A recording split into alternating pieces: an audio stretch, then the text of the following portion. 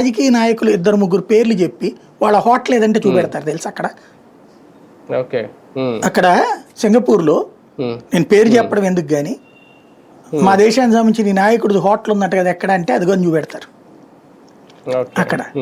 అంటే పెట్టుబడులు అక్కడ పెట్టారు వీళ్ళు. సింగపూర్ వాడు మన దగ్గర ఏం పెట్టుబడి పెట్టడండి, మనం వెళ్ళి అక్కడ పెట్టుబడి పెడతాం, మనం అక్కడ పెట్టుబడి పెడతాం, మనం వెనకాల వెళ్ళే వాళ్ళు అక్కడ ఏదో పెట్టుబడి పెడతారు. వాస్తవంగా పెట్టుబడి పెట్టడానికి అక్కడ ఉండేటటువంటి రూల్స్ని కొంత లిబరల్గా ఇస్తారు మనకు ఉండే ఈ ర్యాపోల వల్ల.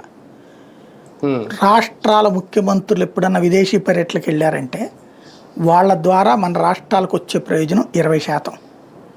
వాళ్ళ వెనక వెళ్ళే పారిశ్రామికవేత్తలు ఈ విఐపి ట్రీట్మెంట్ ద్వారా అక్కడ తొందరగా ఇన్వెస్ట్ చేయగలుగుతారు. ఇది గుర్తుపెట్టుకోవాలి ఏ రాష్ట్రందైనా సరే. కేంద్రాన్ని అట్ట ఉండదు. ఈవెన్ కేంద్రం దాంట్లో కూడా ఇప్పుడు అయ్యే పెరిగినాయి. ఇప్పుడు బడా పారిశ్రామికవేత్తలు వెళ్తున్నారు.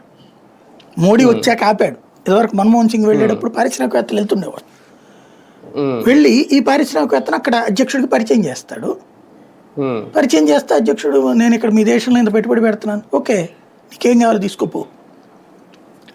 అది జాతీయ స్థాయిలో ఇదివరకు ఉండేది, అవి రాష్ట్రాల స్థాయికి తెచ్చేశారు ఇప్పుడు.